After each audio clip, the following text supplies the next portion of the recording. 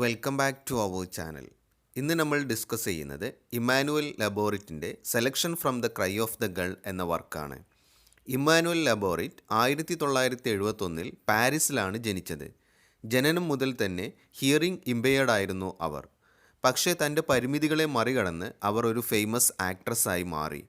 10ഓളം ഫിലിമുകളിൽ അവർ അഭിനയിച്ചിട്ടുമുണ്ട്. ഇമ്മാനുവൽ ലബോറിറ്റിൻ്റെ ഓട്ടോബയോഗ്രഫിയാണ് the cry of the girl. Sign language എങ്ങനെയാണ് തൻ്റെ ജീവിതത്തിൽ വ്യത്യാസം വരുത്തിയതെന്ന് വിശദീകരിച്ചുകൊണ്ടാണ് അവരുടെ ഓട്ടോബയോഗ്രഫി സ്റ്റാർട്ട് ചെയ്യുന്നത്. സൈൻ ലാംഗ്വേജ് 7ാമത്തെ വയസ്സിലാണ് അവർ പഠിച്ചത്. പിന്നീട് ഫ്രാൻസിലെ ഡഫായ ആളുകൾക്ക് വേണ്ടി പൊരുതാൻ അവർ തീരുമാനിച്ചു. ബോഡിലി ഡിഫറൻസിനെ ബേസ് ചെയ്താണ് പലപ്പോഴും ആളുകളെ തരംതിരിക്കുന്നത്. പൊതുജനങ്ങളിൽ നിന്നും വ്യത്യസ്തരായവരെ പല പേരുകൾ വിളിച്ച് അവർ വ്യത്യസ്തരാണെന്ന് വരുത്തുന്നു. ഡെവലപ്ഡ് നേഷൻസിലും ഡെവലപ്പിംഗ് നേഷൻസിലും ഫിസിക്കലി ചാലഞ്ച്ഡ് ആയ ആളുകളെ മാറ്റി നിർത്തുന്ന ഒരു പതിവുണ്ട്. 2006 UN convention on the rights of ഡിസബിലിറ്റീസും 2016 rights of persons with disabilities ആക്റ്റും ഫിസിക്കലി ചാലഞ്ച്ഡ് ആയ ആളുകളുടെ ജീവിതത്തിൽ ഒരുപാട് മാറ്റങ്ങൾ കൊണ്ടുവന്നു. ഫിസിക്കലി ചാലഞ്ച്ഡ് ആയ ആളുകൾക്ക് ഇന്ന് സമൂഹത്തിൽ തുല്യത ലഭിക്കുന്നുണ്ട്. ഇന്ന് ഡിസബിലിറ്റി സ്റ്റഡീസ് എന്ന ഒരു അക്കാദമിക് ഡിസിപ്ലിൻ തന്നെ നിലവിൽ വന്നിട്ടുണ്ട്. ഇതിൽ ഡിസേബിൾഡ് കമ്മ്യൂണിറ്റിയുടെ പ്രോബ്ലംസും ഫീലിങ്സും ആസ്പിറേഷൻസും ഒക്കെ വിവരിക്കുന്നു. ഇംപയർമെൻറ്റ്, ഡിസബിലിറ്റി, ഹാൻഡിക്യാപ്പ്, ഡിഫറെൻ്റ് എബിലിറ്റി എന്നിവ സിനോണിംസ് അല്ല എന്നും അതിന് വ്യത്യസ്ത തലത്തിലുള്ള മീനിങ്ങുകളുണ്ടെന്നും ഇതിലൂടെ നമുക്ക് മനസ്സിലാക്കാൻ സാധിക്കുന്നു.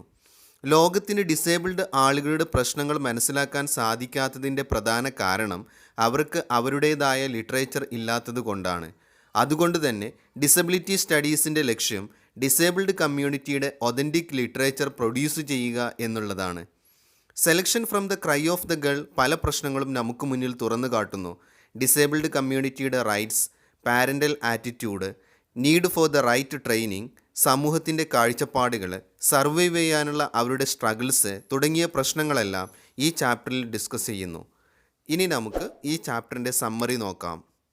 ഈ ഓട്ടോബയോഗ്രഫിയുടെ തുടക്കത്തിൽ ഇമ്മാനുവൽ ലബോറിറ്റ് പറയുന്നത് അവർ ഉറക്കെ സ്ക്രീം ചെയ്യാറുണ്ടായിരുന്നു. കുട്ടിയായിരിക്കുന്ന സമയത്ത് അവർ ഉറക്കെ സ്ക്രീം ചെയ്യാറുണ്ടായിരുന്നു. അത് വിശന്നത് കൊണ്ടോ ദാഹിച്ചത് കൊണ്ടോ പേടിച്ചത് കൊണ്ടോ വേദന എടുത്തത് കൊണ്ടോ ഒന്നുമല്ലായിരുന്നു. അവർക്ക് സംസാരിക്കണമായിരുന്നു, അവർക്ക് കേൾക്കണമായിരുന്നു. പക്ഷേ അവൾ ഉണ്ടാക്കുന്ന ഒരു സൗണ്ട്സും അവൾക്ക് ഒരിക്കലും കേൾക്കാൻ സാധിച്ചിരുന്നില്ല. പക്ഷേ അതിൻ്റെ വൈബ്രേഷൻ അവൾക്ക് ഫീൽ ചെയ്തിരുന്നു. അവർ ഉണ്ടാക്കുന്ന സ്ക്രീംസിൻ്റെ അർത്ഥങ്ങൾ ഒരിക്കലും അവരുടെ പാരൻസിന് മനസ്സിലാക്കാൻ സാധിച്ചില്ല. കടലിന് മുകളിൽ കൂടി പറക്കുന്ന സീകൾ ഉണ്ടാക്കുന്ന സൗണ്ട് പോലെയായിരുന്നു അത്. അതുകൊണ്ടാണ് പാരൻസ് സീകൾ എന്നതിൻ്റെ ഫ്രഞ്ച് വേർഡായ മൗവറ്റ് എന്ന് അവരെ വിളിച്ചത്. താൻ ഒരുപാട് ശബ്ദമുണ്ടാക്കിയെങ്കിലും ഒരാൾക്കും തന്നെ മനസ്സിലാക്കാൻ സാധിച്ചില്ല എന്ന് ഓതർ പറയുന്നു. അവൾ ഒരു ബ്യൂട്ടിഫുൾ ബേബിയാണെന്ന് മദർ അവളോട് പറയുമായിരുന്നു. അവളുടെ ജനനം കോംപ്ലിക്കേറ്റഡ് ഒന്നുമല്ലായിരുന്നു. 7 പൗണ്ട്സും 17 ഔൺസുമായിരുന്നു അവളുടെ തൂക്കം. വിശക്കുമ്പോൾ കരയുകയും മറ്റു കുട്ടികളെപ്പോലെ ചിരിക്കുകയും ശബ്ദങ്ങൾ ഉണ്ടാക്കുകയും ചെയ്യുന്ന ഒരു സാധാരണ കുട്ടിയായിരുന്നു അവൾ. വീട്ടിൽ വലിയ സൗണ്ട്സിൽ മ്യൂസിക് വെക്കുമ്പോഴും അവൾ നന്നായി ഉറങ്ങുന്നത് കണ്ടപ്പോൾ പാരൻസ് ചിന്തിച്ചത് അവൾ നല്ല സ്വഭാവമുള്ള കുട്ടിയാണെന്നാണ്. താൻ ഒരു നോർമൽ കുട്ടിയാണെന്നാണ് തൻ്റെ പാരൻസ് കരുതിയിരുന്നതെന്നും ഓതർ പറയുന്നു. വാതിൽ വലിച്ചടക്കുമ്പോൾ അവൾ തല തിരിച്ചു നോക്കുമായിരുന്നു എന്നും ചലനങ്ങൾ കൊണ്ടാണ് അത് തിരിച്ചറിഞ്ഞതെന്നും ഓതർ പറയുന്നു. അതുപോലെ അവരുടെ ഫാദർ മ്യൂസിക് ഇടുമ്പോൾ കളിത്തൊട്ടിലിൽ കിടന്ന് ഡാൻസ് കളിച്ചിരുന്നു എന്നും അവർ പറയുന്നു. ഇതെല്ലാം വൈബ്രേഷൻ കൊണ്ടാണ് താൻ തിരിച്ചറിഞ്ഞത് എന്നും ഓതർ പറയുന്നു. മറ്റു കുട്ടികൾ മമ്മ, ഡാഡ് എന്നൊക്കെ പറയുന്ന പ്രായമായപ്പോൾ ഓതർ ഒന്നും പറഞ്ഞിരുന്നില്ല. ഫ്ലോറിലെ വൈബ്രേഷൻസ് വരെ അവൾക്ക് തിരിച്ചറിയാൻ സാധിച്ചിരുന്നു. കാര്യങ്ങൾ അറിയുന്ന ഒരു ചെറിയ സീകളായിരുന്നു താനെന്നും ഒരു സീക്രട്ട് തനിക്കുണ്ടായിരുന്നു എന്നും അത് തൻ്റെ മാത്രം ഒരു ലോകമാണെന്നും ഓതർ പറയുന്നു. കടലിൽ പോകാൻ ഇഷ്ടപ്പെടുന്ന ഒരു ഫാമിലി ആയിരുന്നു അവളുടേത്. അതുകൊണ്ട് കൂടിയാകണം ഫാദർ അവളെ സീകൾ എന്ന് വിളിച്ചത്. ഫ്രഞ്ച് ഭാഷയിൽ സീകളിനും മ്യൂട്ട് ആയവർക്കും, ദാറ്റ് മീൻസ് സംസാരിക്കാൻ സാധിക്കാത്തവർക്കും വിളിക്കുന്ന പേരുകൾ ഒരേപോലെ പ്രൊനൗൺസ് ചെയ്യുന്ന വേർഡുകളായിരുന്നു. ഈ ഫോണറ്റിക് സിമിലാരിറ്റി തന്നെ ഇപ്പോൾ ചിരിപ്പിക്കുന്നു എന്നും ഓതർ പറയുന്നു. ഇമ്മാനുവൽ ലബോറിറ്റ് പിന്നീട് പറയുന്നത് കുട്ടിക്കാലത്ത് അവൾ ഉറക്കെ ഒച്ച വെച്ചിരുന്നത് അവൾക്കൊന്നും കേൾക്കാൻ സാധിക്കാത്തത് കൊണ്ടാണെന്നാണ്. അത് ആദ്യം തിരിച്ചറിഞ്ഞത് അവളുടെ അങ്കിളായ ഫിഫൗ ആയിരുന്നു. പക്ഷേ അവരുടെ പാരൻസ് അത് വിശ്വസിക്കാൻ തയ്യാറായില്ല. പാരൻസിന് വേണ്ടത്ര കണക്ഷൻസ് ഉണ്ടായിരുന്നെങ്കിലും ഒരു സ്പെഷ്യലിസ്റ്റിൻ്റെ അടുത്തേക്ക് കുട്ടിയെ കൊണ്ടുപോകാൻ അവർ ഫസ്റ്റ് റെഡി ആയില്ല. നരേറ്റർ ഡിഫറൻസ് ഉള്ള ഒരു കുട്ടിയാണെന്ന് പാരൻസ് ഒരിക്കലും ചിന്തിച്ചിരുന്നില്ല. പാരൻസിൻ്റെ ലിപ് മൂവ്മെൻറ്റ്സ് ഓദർ കാണാറുണ്ട്, പക്ഷേ അതിൻ്റെ മീനിങ് എന്താണെന്ന് ഒരിക്കലും അവൾക്ക് മനസ്സിലായില്ല. ശബ്ദവും നിശബ്ദതയും തമ്മിലുള്ള ഡിഫറൻസ് മനസ്സിലാക്കാൻ താൻ പലപ്പോഴും വെറുതെ ഒച്ച വെക്കുമായിരുന്നു എന്നും ഓദർ പറയുന്നു. പിന്നീട് പാരൻസ് അവളെ ഒരു പീഡിയാട്രീഷ്യനെ കാണിച്ചു. ബട്ട് അദ്ദേഹം വിചാരിച്ചത് ഓദർ ഒരു കുസൃതി കുട്ടിയാണെന്നാണ്. കാരണം സൗണ്ട്സിനോട് അവൾ റെസ്പോണ്ട് ചെയ്തിരുന്നു, പക്ഷേ അത് ചലനങ്ങൾ കണ്ടുകൊണ്ടായിരുന്നു. അതുകൊണ്ട് തന്നെ പിറകിലോ സൈഡിലോ ഒക്കെ നിന്ന് കൈകൊട്ടി ശബ്ദമുണ്ടാക്കിയാലോ വിളിച്ചാലോ ഓദർ തലതിരിക്കുമായിരുന്നില്ല. മദർ അടുത്തേക്ക് വരുമ്പോഴൊക്കെ അവൾ പെട്ടെന്ന് അത്ഭുതപ്പെടും.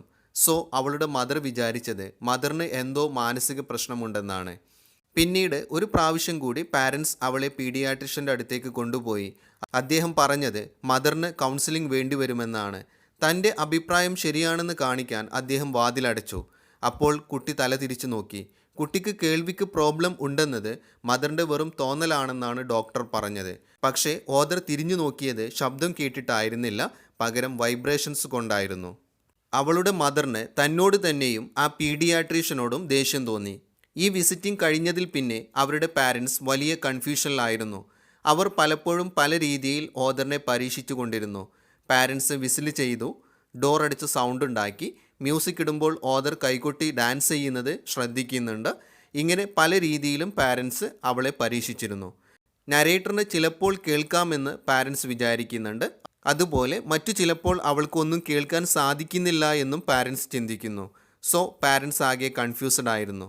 അങ്ങനെ ഓദർക്ക് 9 മാസം പ്രായമുള്ളപ്പോൾ പാരൻസ് അവളെ ഒരു സ്പെഷ്യലിസ്റ്റിൻ്റെ അടുക്കൽ കൊണ്ടുപോയി. നരേറ്റർക്ക് ചെവി കേൾക്കില്ല എന്നും അവൾ ഒരു ഡെഫ് ആണെന്നും ഈ സ്പെഷ്യലിസ്റ്റ് പാരൻസിനെ അറിയിച്ചു. അവരുടെ പാരൻസിന് അതൊരു ഷോക്കിംഗ് ന്യൂസ് ആയിരുന്നു. പാരൻസ് അപ്പോൾ വിചാരിച്ചത് ഇത് ആ സ്പെഷ്യലിസ്റ്റിൻ്റെ ഒരു തെറ്റായ നിഗമനമാണെന്നാണ്.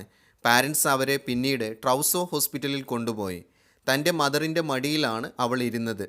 അവളെ പരിശോധിക്കാൻ വേണ്ടി വലിയ സൗണ്ട് ഉണ്ടാക്കി. മദറിൻ്റെ ചെവിയിൽ തുളച്ചു കയറുന്ന അത്രയും ഉച്ചത്തിലുള്ള സൗണ്ടായിരുന്നു അത്. ബട്ട് ഓദർ സൈലൻ്റ് ആയിരുന്നു. ഇതോടുകൂടി മദറിന് മനസ്സിലായി ഓദർ ഒരു ഡെഫാണെന്ന്. ഈ സമയത്ത് മദർ ഡോക്ടറോട് 3 ചോദ്യങ്ങൾ ചോദിച്ചു. ഒന്നാമതായി മദർ ചോദിച്ചത് അവൾക്ക് സംസാരിക്കാൻ സാധിക്കുമോ എന്നാണ്. അതിന് ഡോക്ടർ മറുപടി നൽകിയത് അവൾ സംസാരിക്കും, പക്ഷേ ഒരുപാട് സമയമെടുക്കുമെന്നാണ്. ഇനി എന്തു ചെയ്യണമെന്നാണ് മദർ പിന്നീട് ഡോക്ടറോട് ചോദിച്ചത്. ചെവിയിൽ ഒരു ഹിയറിംഗ് എയ്ഡ് വെക്കുകയും കഴിയുന്നതും വേഗം ഒരു സ്പീച്ച് തെറാപ്പിക്ക് വിടണമെന്നും സൈൻ ലാംഗ്വേജ് ഒഴിവാക്കണമെന്നും ഡോക്ടർ മദറിനോട് പറഞ്ഞു. അവസാനമായി മദർ ചോദിച്ചത് അവർക്ക് മുതിർന്ന ഡെഫായ ആരെങ്കിലുമായിട്ട് മീറ്റ് ചെയ്യാൻ സാധിക്കുമോ എന്നായിരുന്നു. അങ്ങനെ മീറ്റ് ചെയ്തതുകൊണ്ട് യാതൊരു കാര്യവുമില്ല എന്ന് ഡോക്ടർ മദറിനെ അറിയിക്കുന്നു. ഈ വിസിറ്റിനു ശേഷം അവരുടെ പാരൻസ് ആകെ സങ്കടത്തിലായിരുന്നു. ഈ ശാപം, ദാറ്റ് മീൻസ് ഡെഫ്, എവിടെ നിന്നാണ് വന്നത്? പാരമ്പര്യമായി വന്നതാണോ അത് എന്നും പ്രഗ്നൻസി സമയത്ത് ഏതെങ്കിലും അസുഖത്തിൻ്റെ സൈഡ് എഫക്റ്റ് ആണോ എന്നും പാരൻസ് ചിന്തിക്കുന്നു. അവൾ എങ്ങനെയാണ് ഡെഫ് ആയതെന്ന് പാരൻസിനെ എത്ര ചിന്തിച്ചിട്ടും മനസ്സിലായില്ല. പിന്നീട് ഓദർ പറയുന്നത് തന്നെ എന്തു ചെയ്യണമെന്ന് മദറിന് അറിയില്ലായിരുന്നു എന്നാണ്. മദർ അവളുടെ കൂടെ കളിക്കുക പോലും ഇല്ലായിരുന്നു. അവളോട് സംസാരിക്കുന്നത് പോലും മദർ സ്റ്റോപ്പ് ചെയ്തു. ഒരു ഷോക്ക് കിട്ടിയതുപോലെയായിരുന്നു മദറിൻ്റെ അവസ്ഥ. യുക്തിപൂർവ്വം ചിന്തിക്കാൻ പോലും മദറിന് സാധിച്ചിരുന്നില്ല. ചൈൽഡ്ഹുഡിനെക്കുറിച്ച് ചില അസാധാരണ ഓർമ്മകൾ തനിക്കുണ്ടെന്ന് ഓദർ പറയുന്നു. പരസ്പരം ബന്ധമില്ലാത്ത ചില ചിത്രങ്ങളാണവ. 7 വയസ്സുവരെ തൻ്റെ ജീവിതത്തിൽ നിറയെ ഗ്യാപ്പുകൾ ഉണ്ടായിരുന്നു എന്ന് ഓദർ പറയുന്നു. ഫ്ലാഷ് ബാക്കുകളെപ്പോലെ ചില വിഷ്വൽ മെമ്മറീസ് തനിക്ക് ഓർമ്മയുണ്ടെന്നും പക്ഷേ അവ എപ്പോഴായിരുന്നു എന്നതിനെക്കുറിച്ച് ഒരു ധാരണയുമില്ല എന്നും ഓദർ പറയുന്നു. തനിക്ക് ടൈം സെൻസ് ഇല്ലായിരുന്നെന്നും യെസ്റ്റർഡേയും ടുഡേയും ഒരുപോലെയായിരുന്നു എന്നും ഓദർ പറയുന്നു. പക്ഷേ രാത്രിയും പകലും തമ്മിലുള്ള ഡിഫറൻസ് തനിക്കറിയാമായിരുന്നു എന്നും അത് ഇരുട്ടും വെളിച്ചവും കൊണ്ടാണ് തിരിച്ചറിഞ്ഞത് എന്നും ഓദർ പറയുന്നു. പഴയ സംഭവങ്ങളൊന്നും സമയക്രമത്തിൽ പറയാൻ അവർക്ക് കഴിഞ്ഞിരുന്നില്ല. കണ്ട ചില സീനുകളും സിറ്റുവേഷൻസും അവർക്ക് ഓർമ്മയുണ്ട്. പ്രസൻറ്റിലാണ് താൻ ജീവിച്ചിരുന്നതെന്നും നരേറ്റർ പറയുന്നു.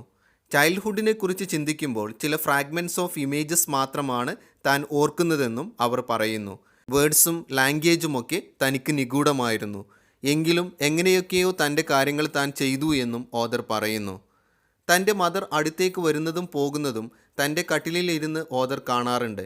പക്ഷേ എവിടേക്കാണ് മദർ പോകുന്നതെന്നും എവിടെ നിന്നാണ് മദർ വരുന്നതെന്നും അവർക്കറിയില്ലായിരുന്നു. മദർ പോകുന്ന ചിത്രവും വരുന്ന ചിത്രവും അവരുടെ മനസ്സിലുണ്ട്. പക്ഷേ അവ തമ്മിലുള്ള റിലേഷൻഷിപ്പ് അവൾക്കറിയില്ലായിരുന്നു. സ്പീച്ച് തെറാപ്പിസ്റ്റിൻ്റെ കൂടെ കമ്മ്യൂണിക്കേറ്റ് ചെയ്യുന്നത് എങ്ങനെയെന്ന് അവൾ പഠിക്കാൻ തുടങ്ങി. ബോറൽ മൈസോണി മെത്തേഡിലായിരുന്നു അവരുടെ കമ്മ്യൂണിക്കേഷൻ. അവരുടെ തെറാപ്പിസ്റ്റ് ഒരു നല്ല സ്ത്രീ ആയിരുന്നു. അമ്മയുടെ വേദന സഹിക്കാനും ദേഷ്യം സഹിക്കാനും അവർക്ക് കഴിയുമായിരുന്നു. അവർ ഓദറിൻ്റെ കൂടെ കളിക്കുകയും ടീ പാർട്ടീസ് നടത്തുകയും ചെയ്തിരുന്നു. മകൾ ഡെഫ് ആണെന്ന് അറിയുന്നതിന് മുമ്പ് മദർ എങ്ങനെ ജീവിച്ചുവോ അതുപോലെ ജീവിക്കാൻ തെറാപ്പിസ്റ്റ് മദറിനോട് ആവശ്യപ്പെടുന്നു. ഓദർ ലെറ്റേഴ്സ് പ്രൊനൗൺസ് ചെയ്യാൻ തുടങ്ങി.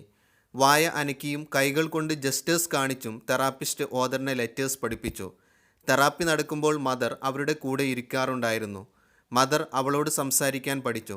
ഫസ്റ്റൊക്കെ അവരുടെ കമ്മ്യൂണിക്കേഷൻ ആനിമൽസിൻ്റേതുപോലെയായിരുന്നു. ഈറ്റിംഗ്, ഡ്രിങ്കിങ്, സ്ലീപ്പിംഗ് എന്നിവയെക്കുറിച്ച് മാത്രമായിരുന്നു അവരുടെ കമ്മ്യൂണിക്കേഷൻ. സൈൻ ലാംഗ്വേജ് വിലക്കിയിരുന്നെങ്കിലും അവൾ ജസ്റ്റേഴ്സ് കാണിക്കുമ്പോൾ മദറിന് അത് തടയാൻ സാധിക്കില്ലായിരുന്നു. മദറിനോട് സംസാരിക്കാൻ അവൾ പല രീതിയിൽ ശ്രമിച്ചിരുന്നു. അവളുടെ പരിശ്രമം കണ്ട് ചിരിച്ച് ചിരിച്ച് മദറിൻ്റെ കണ്ണിൽ നിന്ന് കണ്ണീർ വരുമായിരുന്നു. വേർഡ്സ് പ്രൊനൗൺസ് ചെയ്യുമ്പോൾ അവളുടെ മുഖം മദറിൻ്റെ മുഖത്തേക്ക് തിരിച്ചു വെക്കുമായിരുന്നു. മദറിനെ ഇമിറ്റേറ്റ് ചെയ്യാനാണ് അങ്ങനെ ചെയ്തിരുന്നത്. ഫാദറിൻ്റെ കൂടെ അവൾ അധിക സമയം ചെലവഴിച്ചിരുന്നില്ല. ചില വേർഡ്സ് അവൾ പ്രൊനൗൺസ് ചെയ്യാൻ ശ്രമിച്ചെങ്കിലും അവളുടെ ഫാദറിന് അത് മനസ്സിലാക്കാൻ സാധിച്ചിരുന്നില്ല.